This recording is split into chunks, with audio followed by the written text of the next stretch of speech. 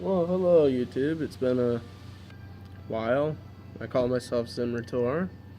I've always liked anime, so that's my reason why I call myself Zenrator. But a lot of you are probably wondering when am I going to do the uh, with my Megalodon PlayStation 3. When will I get that finished? It's been over a year. I haven't had time to play with it. I would be able to watch DVDs and stuff on it. It works perfectly fine. A lot of you have asked me, how do you wire up the power supply? Don't worry. I do plan on making a small tutorial on that, but my problem with that would be is the end user, whatever you do with that, you have to be smart with electricity and have to understand how to wire it up. If you wire it up wrong, you could fry your system. That's up to you what you do with that. So I wanted to get that completely out of the way. I do plan on showing you how to do it, but like I said, end user, whatever you do in the end, that's up to you. But I also wanted to get out of the way. I did have a troll that said I should be murdered, and it's like, really? Murdered for taking something that I can't afford to buy another power supply for. I mean, yeah, 20 bucks, whoop-de frickin' do. Or, maybe like a $40 power supply for the PlayStation 3 that I had there. But in the end, I decided since I had power supplies, people were giving me PC cases and some other things, computer-wise, so it's like, well, why not? Let's just go ahead and use an actual PC power supply. I've heard other ones use them, and it actually proves that you can actually use it with other things. I do have a video up with the Dreamcast being powered by one. That actually worked pretty dang good.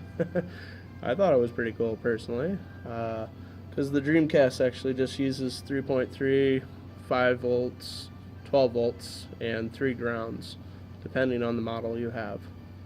And then, yeah, the PlayStation 3, a lot of them were saying with the fat model, you have, I think there was 5 volts in certain areas, and then you also had to use, they said that there was this one where they just plug 3.3 volts into it. I didn't even bother hooking that one up because it's power standby. And so I didn't bother with that. I said, forget it. And it's been working completely without that option. So it's only got maybe 4 versus 5 wires in there. And then I also had soldered the 12 volts ground and positive to the actual PS3, the 2 prongs sticking out of the actual motherboard itself. And that's how that worked. But I also had a few other things I wanted to talk about. I love homebrew, and this is my 3DS XL, actually new 3DS, and I'm using the sticker hacks on here by Shamil and I think someone named Yellow 8 or something like that, and I actually had to use my special edition Legend of Zelda in order to, I used browser hacks, which is a pain in the rear end to use. But if you get it to run, you get it to run. Once it's run, you better install the hack you need, because you might be out of the loop for a while, or find a friend that can install it. Anyway, so I'm gonna load that up. I always thought that was pretty cool. This is using Paper Mario sticker star sticker, whatever, but in the end, you can run homebrew on here. Fascinating. I enjoyed that. And I've heard of custom firmware for this, and can be dangerous if you don't know what you're doing. I think for now I'll just probably use this for the homebrew side. This is really cool. I like this one. Powering it up and at the same time hold the L button. I have the menu hacks on here, so automatically loads into the homebrew browser. Like I said, if you have the ability to install it, this one was on a lower firmware, 9.2, and then this one's on 11.1, I believe. So regular DS, and a new 3DS XL, and I've been having fun with it, playing Super Nintendo and NES games on here. I'm waiting for some newer homebrew that I've never had. I've never had a DS. When the PSP was out, the PSP was phenomenal. I enjoyed it very much. Homebrew on that was just really great.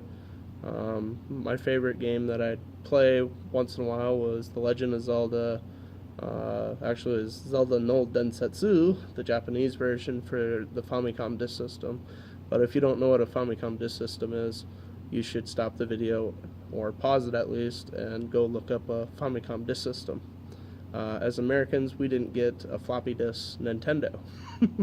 And I have one. I'm not sure what's wrong with it. I'll have to look at it. I do love tearing things apart. Obviously, this channel that some of you have viewed, and by the way, thank you for, I think it was the PlayStation 2, which I'm sad to say I had to buy another one. I don't know if I'll continue on it. I originally wanted to put it in a fat PlayStation 2 case, and then find a way with the Raspberry Pi with a crossover cable, and then add a hard drive that way, and then it would all be in one case rather than pieces laying all over the place. So I thought that would be cool, but in the end it's got sacrificed. And at the time, I haven't had time to actually sit down and solder or desolder. I've been very busy. I apologize for not showing any more on the PlayStation 3 Megalodon, but I've had more time hacking my 3DSs. I do have a Japanese one, which I do plan on getting Paper Mario Star sticker in Japanese, and I'm pretty sure I can plug it in here, use the hack on here, and install it on that game and enable that. So my plan for that one is try to, just to see what happens, install the custom firmware on that one. That one's on 9.5 firmware. I haven't updated it for a while. I thought it would be fun to take some American games. At that time, when I bought it, it was before America got the 3DS, especially the XL when it first came out. And then one of my other favorite things I've been doing recently is, I don't know if you can see that, this is the homebrew enabled 3.60 PS Vita. I do have a PlayStation TV, which I plan on also doing this small modification for. But I'd have to admit, I Switch Kaku, one of my favorite apps with the Tai Henkaku, and I have studied a little bit of the Japanese language, and plan on still continue on because it's been fun. It also enables you to start learning some Chinese too along the way. I know this is more of a rant video, I guess you could say, but Tai means big, and then Henkaku means reform. So big reform. I thought it was a neat name for the PS Vita. It needed to be reformed because here in America, PlayStation Vita is not really doing so well. I've been waiting for homebrew on here for a while. I didn't really care if I could back up the PlayStation Vita games. I mean, really, if you look at it, it's the games are smaller than a DS. Who cares if you, I mean, size-wise. I'm not saying the actual data on the thing is smaller. I'm just saying the size of the cart. Who really wants to back it up, so to speak? But I have been enjoying the NES games. I've even had Crash Bash running on here too. It's been fun playing some nostalgia on here. So I've been enjoying that.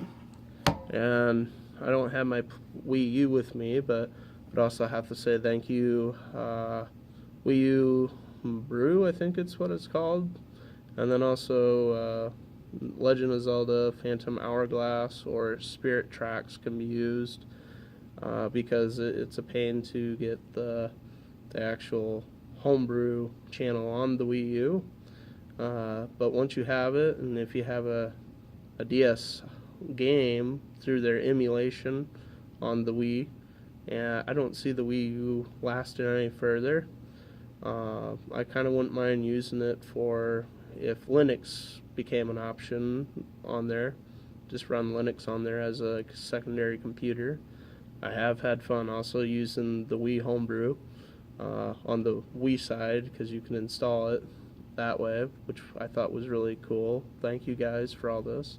It's kind of an overall thanks to everyone. There's so many different names for these different homebrew developers. I don't remember everybody's name.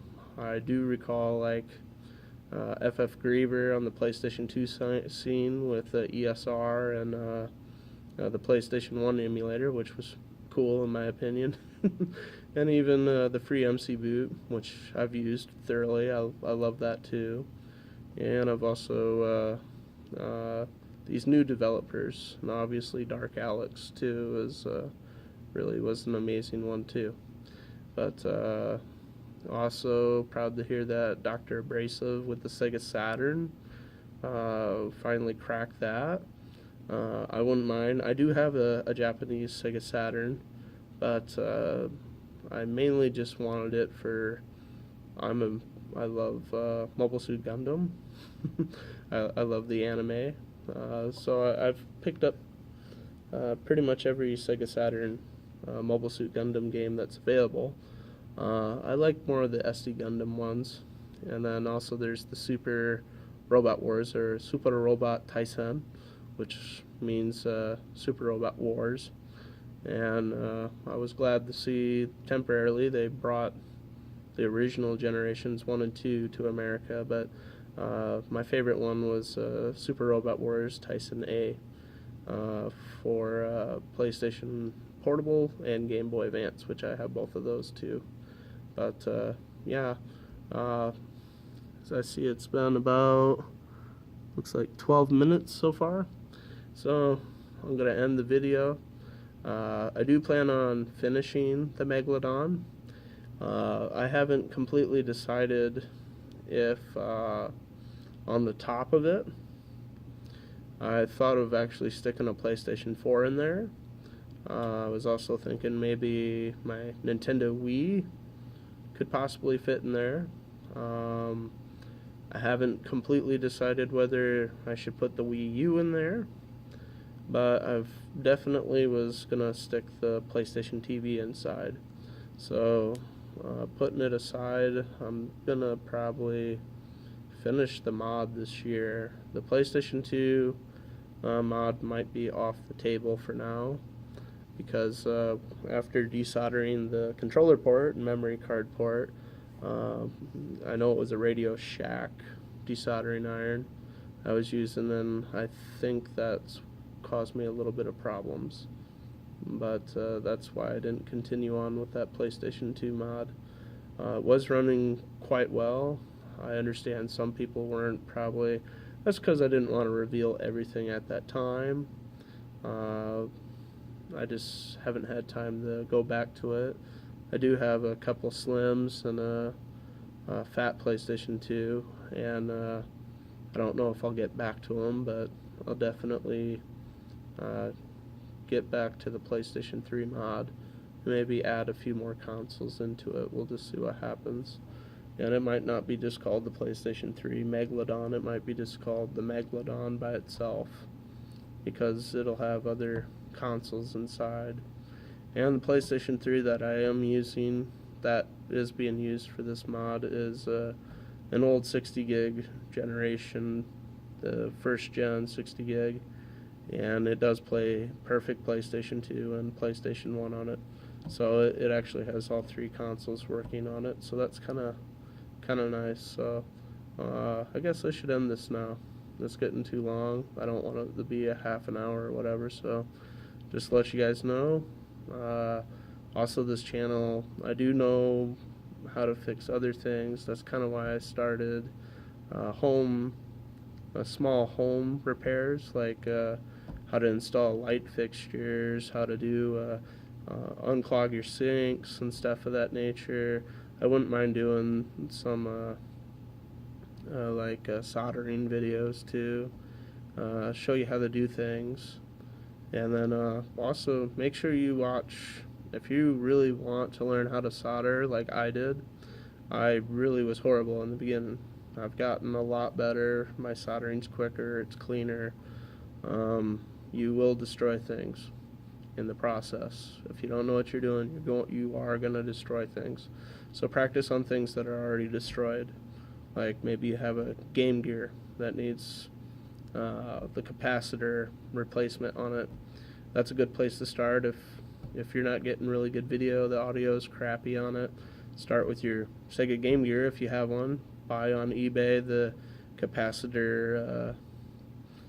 They have the capacitor kit or something. That I did it myself and it worked. The video quality was a lot better, but I would have to say I think if you have the TV mod and you can put like a little TV inside, it would probably look a lot better than what it is. But expect more videos on how to repair, maybe solder. I might do like helpful hints on the Japanese language, maybe. I felt like, people love the anime, they love their manga. Sometimes they wouldn't mind venturing out and try to learn, so I might give you a little bit of tips. I'm not a master at it. None of this stuff I'm masters at whatsoever. But it's been fun learning it. Once you start, it becomes part of you. It's not something you, like a plug-in where you can just turn on and off. Once you start something, it becomes a skill to you, and once you get further down the line, you understand how to work with that skill. So that's kind of what I like to do, is tear things apart, whether it's video game machines or home type things like your light fixtures, how to do plumbing underneath your sink, how to replace that light switch, how to unclog your sink, kind of a thing. I used to be a maintenance man, that's why I have interest in that. And then obviously some other things. And the soldering was kind of, the honest truth is I started soldering years ago. I noticed I wasn't doing so well, so I kind of stopped there for a while. And it wasn't until I watched the first Iron Man movie where it kind of made me get back into it. So, well, I'll talk to you all later. Zinrator out. Have fun with what you're doing.